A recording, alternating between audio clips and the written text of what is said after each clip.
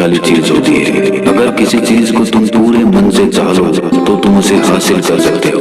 ये मैं नहीं कहता, ये सभी महापुरुषों का कहना है। लेकिन अगर ये सत्य है, ये सच है, तो जो हम अपने मन से चाहते हैं वो हमें हासिल क्यों नहीं होता है? भाई कोई भी इंसान अपने मन में दुख तो नहीं चाहेगा, लेकिन वो रहता तो दुखी है। हर इंसान अपने मन से तो कामयाब होना चाहता है, खूब पैसा कमाना चाहता है, लेकिन फिर भी वो कामयाब नहीं होता। भला ऐसा दुनिया में कौन इंसान होगा जो अपने मन में ये चाहेगा कि मैं नाकामयाब रहूं या मैं पैसा ना कमाऊं? सोचने की बात है। तो इसमें दो चीजें निकल के सामने आती हैं, या तो वो महापुरुष गलत थे जिन्होंने ये बात बोली कि मन से चाही हुई चीज हासिल हो जाती है, या फिर हम गलत हैं। आज की कहानी जो मैं आपको सुनाने वाला हूँ उसमें आपको एक ऐसा मंत्र मिलेगा, उसे समझने के बाद आपको एक ऐसा मंत्र पता चलेगा जिससे आप ये समझ पाएंगे कि अपने मन से कोई भी चीज कैसे करवाई जाती है, मन में किसी भी बात का बीज कैसे बोया जाता है। ये इस कहानी से आपको अच्छी तरह से समझ में आ जाएगा,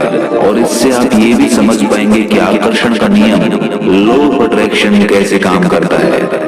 कहानी छोटी सी है लेकिन बहुत ही गहरी है। इससे पहले कि आप इस कहानी में खो जाएं, इस चैनल को सब्सक्राइब जरूर कर लें। तो चलिए कहानी शुरू करते हैं। एक बार की बात है, एक आदमी के जीवन में सिर्फ दुख ही दुख थे। वो जो भी काम करता उस बेचारे का वो काम पूरा ही नहीं होता। घर में आता तो घर में कलेश बना रहता, किसी से कोई मदद मांगता तो कोई उसकी मदद नहीं करता।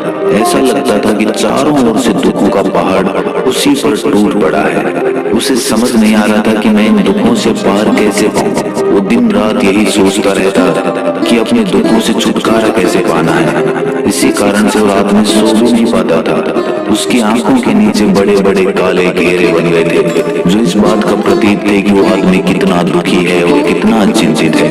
कभी कभी तो उसके मन में आत्महत्या करने के भी ख्याल आते थे, लेकिन अपने परिवार की चिंता करके वो ये कदम नहीं उठा पाता था। वो इतना दुखी हो गया कि उसने निर्णय किया कि वो इन दुखों से छुटकारा पाके रहेगा। इसके लिए चाहे उसे कितनी भी मेहनत करनी पड़े, कुछ भी करना पड़े, चाहे अंगारों पे चलना पड़े, लेकिन इन दुखों से छुटकारा हासिल करके रहेगा। ऐसे ही एक दिन उसने अपने मित्र से पूछा कि मैं अपने जीवन को कैसे सुधारूं। उसके मित्र ने उसे बताया कि तुम किसी बाबा के पास जाओ। बाबाओं के पास ऐसा मंत्र होता है जिससे सारे दुख मिट जाते हैं, जीवन खुशियों से भर जाता है और धन संपदा भी हासिल हो जाती है। तुम किसी ऐसे बाबा को ढूंढ लो, बस तुम्हारा काम बन जाएगा। उस आदमी के मन में ये बात पूरी तरह से पक्की बैठ गई कि कोई बाबा ही मेरा दुख दूर कर सकता है, और इसीलिए उसे किसी भी बाबा के बारे में पता चलता तो वो उस बाबा के पास पहुंच जाता, उस बाबा को अपनी समस्या बताता और उससे उसका समाधान पूछता और कहता कि बाबा मैं कुछ भी करने के लिए तैयार हूँ, लेकिन मेरी इन समस्याओं से मुझे छुटकारा दिला दीजिए। आप जो कहेंगे मैं वो करूँगा, लेकिन मेरे जीवन को सुधार दीजिए। बाबा उसे कुछ टोने टोट के बता देते थे करने के लिए, और बदले में दान दक्षिणा ले लेते थे कि ये टोना टोटका करने के बाद तुम्हारे घर में सुख शांति बनी रहेगी।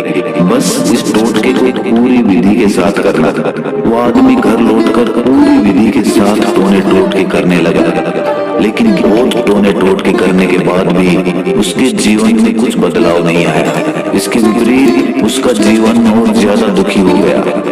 जो भी बाबा उसे टोना टोटका देता था वो बदले में उससे दान दक्षिणा लेता था, जिससे उसका धन भी धीरे धीरे खत्म हो रहा था। इससे उसके जीवन में दुख और ज्यादा बढ़ गए।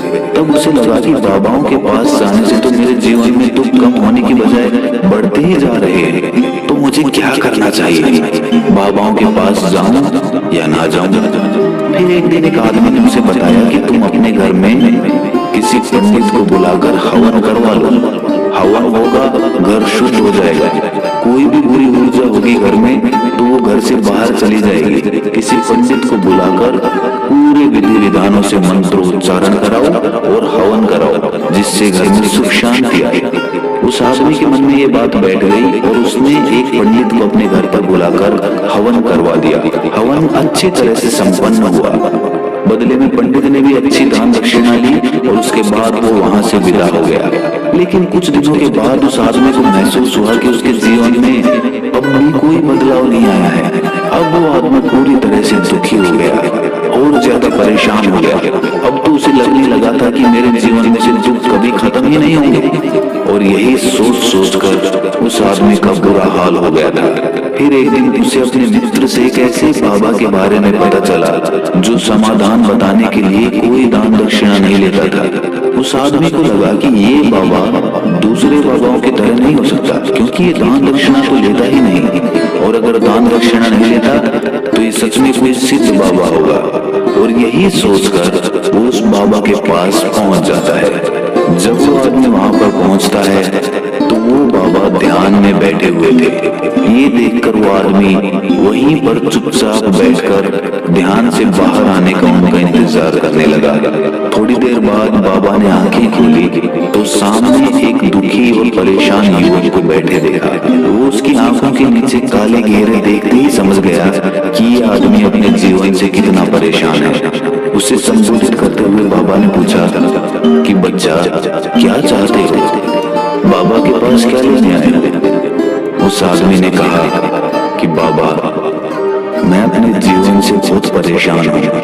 मैंने इन दुखों को दूर करने के लिए बहुत सारे रास्ते अपनाए, हर वो तरकीब करके देखी जो किसी बाबा ने मुझे बताई, हर वो काम किया जो किसी भी इंसान ने मुझसे करने को कहा, लेकिन मेरे जीवन में दुखों में कोई कमी नहीं आई।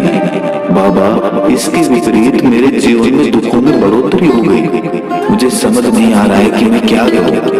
कभी कभी तो मैं आत्महत्या करने की सोचता हूँ, लेकिन अपने परिवार की सोच कर मैं ये कदम नहीं उठा पाता। मैंने आपके बारे में बहुत सुना है बाबा, और मैं बहुत उम्मीद के साथ आपके पास आया हूँ। कृपया करके मुझे कोई ऐसा मार्ग बताएं जिससे मुझे अपने दुखों से छुटकारा मिल जाए।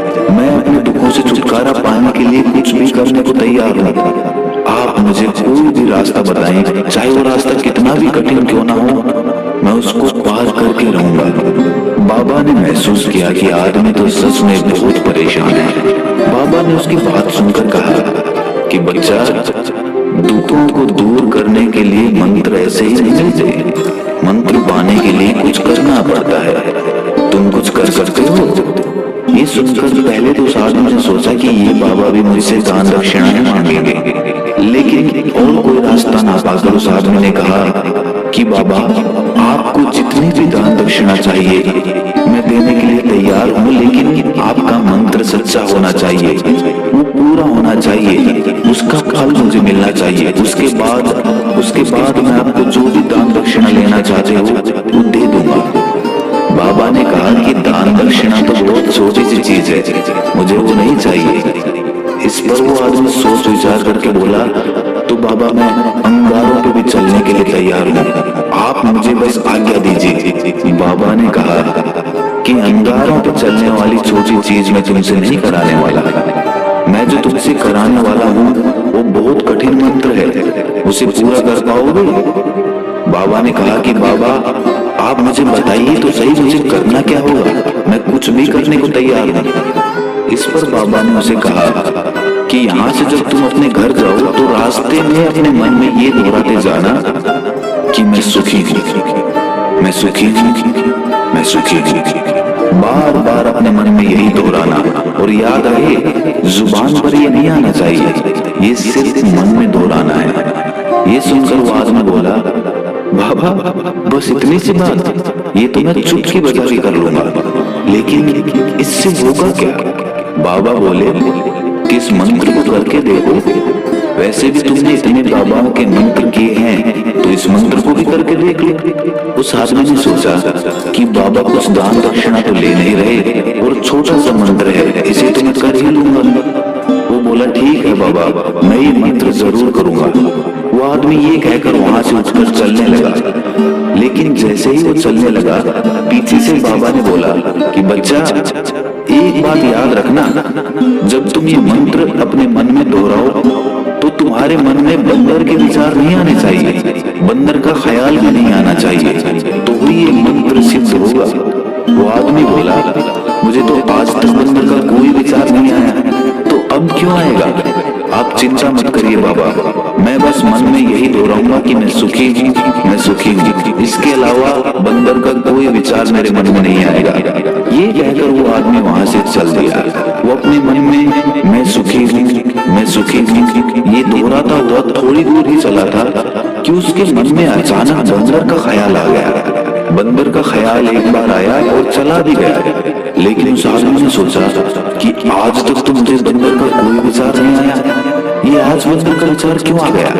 और ऐसे करके उसने उस बंदर के विचार को पकड़ लिया। वो ये भूल गया कि मुझे क्या मंत्र दोहराना है और वो बंदर के बारे में सोचने लगा। जब थोड़ी देर बाद उसे फिर से होश आया तो वो फिर से अपना वही मंत्र दोहराने लगा जो बाबा ने उसे बताया था, मैं सुखी हूँ, मैं सुखी हूँ। लेकिन अचानक से उसे सामने एक बंदर दिखाई दिया और ये देखकर उसके मन में फिर से बंदर का विचार उठ गया और वो अपने अंदर से इस विचार को बाहर फेंकना चाहता था। वो चाहता था कि मेरे अंदर किसी भी तरह बंदर का विचार ना आए, लेकिन उसे तो सामने बंदर ही दिखाई दे गया। ऐसे ही जद्दोजहद करते करते वो घर पे पहुंचा और घर पे पहुंचने के बाद अपनी पत्नी को कहा कि हे बंदरिया, मुझे खाने में बंदर परोस दो। और जब उसे एहसास हुआ कि उसने क्या बोल दिया तो वो अपने बाल नोचने लगा। वो दीवारों में सर मारने लगा कि आज तक मुझे बंदर का कोई विचार नहीं आया और आज मुझे ये क्या हो गया है कि मुझे हर जगह बंदर ही बंदर नजर आ रहे हैं, ये कैसी माया है? यही सोच सोच कर वो आदमी रात भर सो नहीं पाया। रात भर करवटें बदलता रहा और सुबह उठकर सीधे उसी बाबा के पास पहुंच गया और उसके चरणों में गिरकर कहा कि बाबा, पता नहीं क्या चमत्कार हो रहा है, आज तक मुझे बंदर का कोई विचार नहीं आया, लेकिन कल से जब से आपने मुझसे कहा कि बंदर का विचार नहीं आना चाहिए, तब से मुझे हर जगह बंदर ही बंदर नजर आ रहे हैं। उस आदमी ने कहा कि बाबा, मुझे तो आपके पीछे पेड़ पर बैठा हुआ बंदर भी केले खाता हुआ दिखाई दे रहा है, ये हो क्या रहा है बाबा? ये सुनकर बाबा हंसने लगे। बच्चा, मन का जाल एक ऐसा जाल है जिसे समझ पाना इतना आसान नहीं है। बंदर तो तुम्हारे रास्ते में पहले भी आते थे। जब तुम मेरे पास आए थे तो इन्हीं पेड़ों पे ये बंदर घूम रहे थे, लेकिन तब तुम्हारे ध्यान में ये बंदर नहीं था, तब तुम्हारे ध्यान में सिर्फ अपने दुख थे। इसके बाद बाबा ने उसे बताया कि बच्चा, हम जिस चीज से भी दूर भागना चाहते हैं वही चीज हमारे मन में बहुत गहरे में प्रविष्ट हो जाती है, वो हमारे अंतर मन में समा जाती है। असल में हम जिस चीज से भी छुटकारा पाना चाहते हैं उससे छुटकारा इसीलिए पाना चाहते हैं कि वो हमारे साथ बहुत गहरे से जुड़ी हुई है, और हम जितना ही उससे छुटकारा पाना चाहते हैं वो उतनी ही गहरी हमारे मन में बैठती चली जाती है और आखिरकार वो हमारे अंतर मन में छा जाती है। ऊपर से तो हम चाहते हैं सुखी होना, कि मैं सुखी हूँ, सुखी हूँ, हमारे होठ भी यही बोलते रहते हैं, लेकिन हमारे मन में दुख समाये होते हैं। हमारे विचारों में, हमारे मन में हमें दुख ही दुख दिखाई देते हैं। इसीलिए अपनी जुबान से बार बार ये बोलने से कि मैं सुखी हूँ, मैं सुखी हूँ, हम सुखी नहीं होंगे जब तक ये मंत्र हमारे अंतर मन में प्रविष्ट नहीं होगा। इस पर उस आदमी ने पूछा कि बाबा, लेकिन ये मंत्र हमारे अंतर मन में प्रविष्ट कैसे होगा? ये सुनकर बाबा ने कहा कि बच्चा, अपने दुखों से लड़ना बंद कर दो। जब तक तुम अपने दुखों को दूर करने की सोचते रहोगे तब तक वो दुख तुमसे चिपके रहेंगे, तब तक वो दुख तुम्हारे अंतर मन पर अपना राज जमाए बैठे रहेंगे।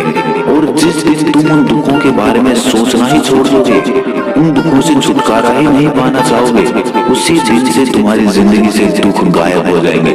क्योंकि किसी भी चीज से छुटकारा पाने के लिए हमें उस चीज के बारे में सोचना पड़ता है, और हम जितना ही उस चीज के बारे में सोचते हैं वो उतनी ही गहरी हमारे मन में प्रविष्ट होती चली जाती है।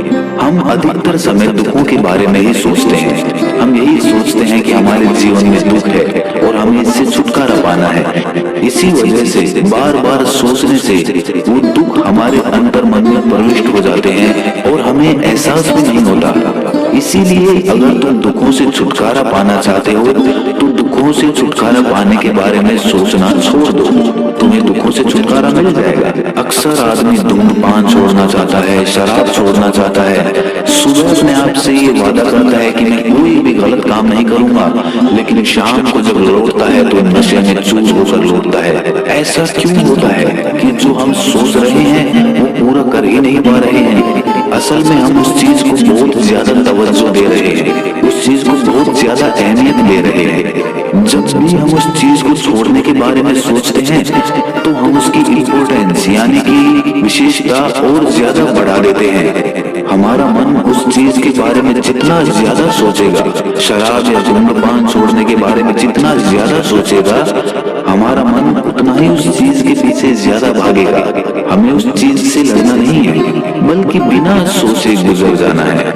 और अगर इस मंत्र को हम समझ लेते हैं तो हम अपने जीवन में जो भी पाना चाहते हैं उसे अपने अंतर मन में डाल सकते हैं। और एक बार वो लक्ष्य हमारे अंतर मन में बैठ जाता है तो फिर सफलता समस्या नहीं आती, कोई दिक्कत नहीं आती।